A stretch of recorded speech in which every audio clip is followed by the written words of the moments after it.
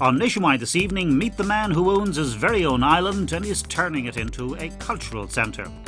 Fancy a pint? These County Waterford people did, so they set up their own brewery. Celebrating the tourism boost which they hope will travel down this canal, and the Kilkenny family, which brought their very own twist to self-catering.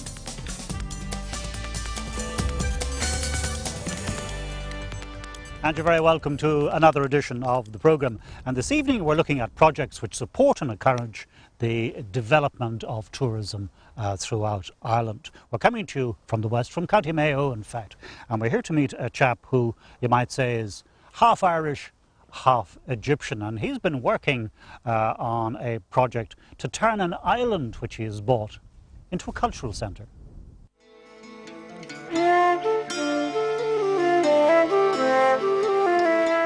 Of the 365 or so islands that lie in Flute Bay off the County Mayo coast, the vast majority lie silent and uninhabited.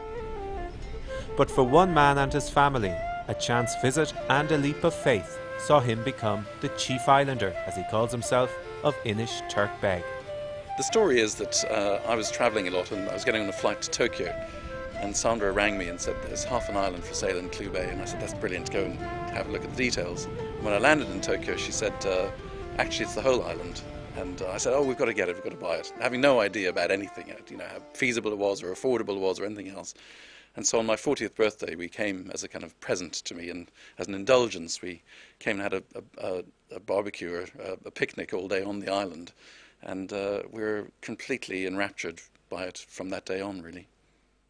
And the journey, which began back in 2003, has seen a small fortune being invested in the island's infrastructure, from providing basic power and mains water through to the construction of roads, houses and the island's jetties.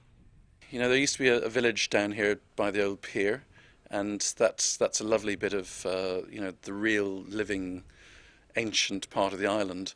But in truth there was very little else. There was a Dutch couple who, as pioneering spirits, had set up a small kind of remote translation business and were living here, and they had done fantastic work planting trees everywhere and doing some rudimentary stuff.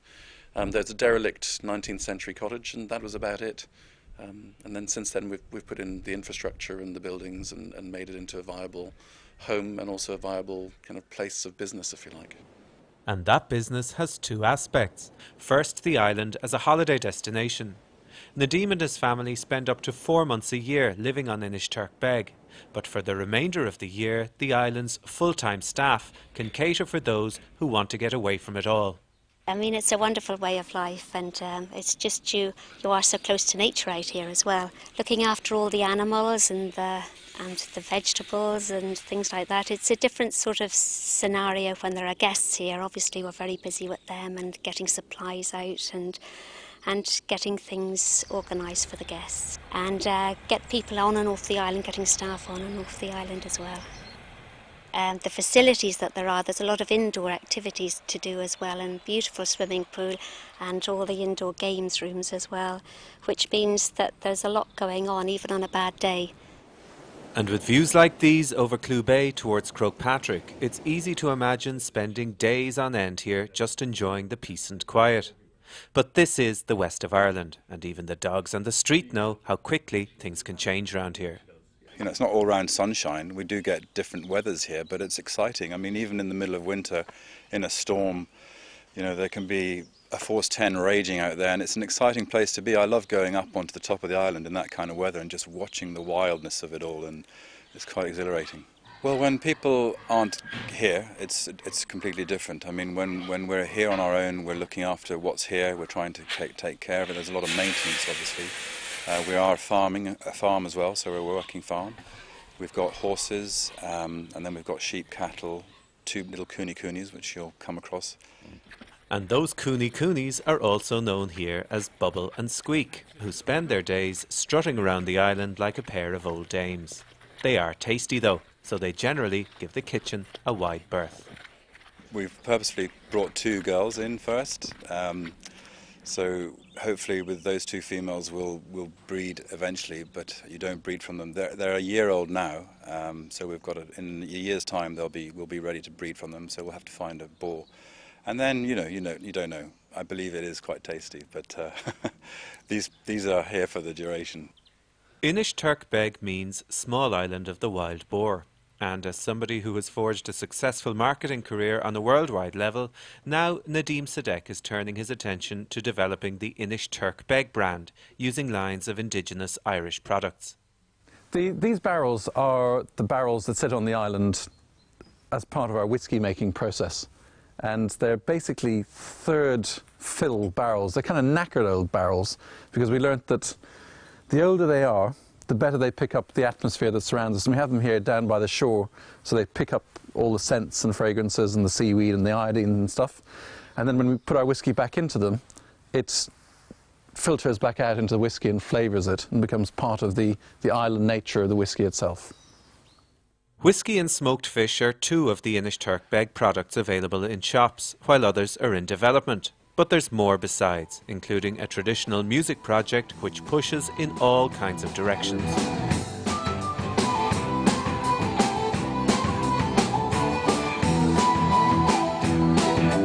The music project was a fantastic one to have been involved with, and it's an ongoing one. We're planning to do a series, the Brilliant series, where we take, as we have done in the first place, the Irish flute, and then we'll go on to the fiddle and the harp and maybe the uilleann pipes and other things as well.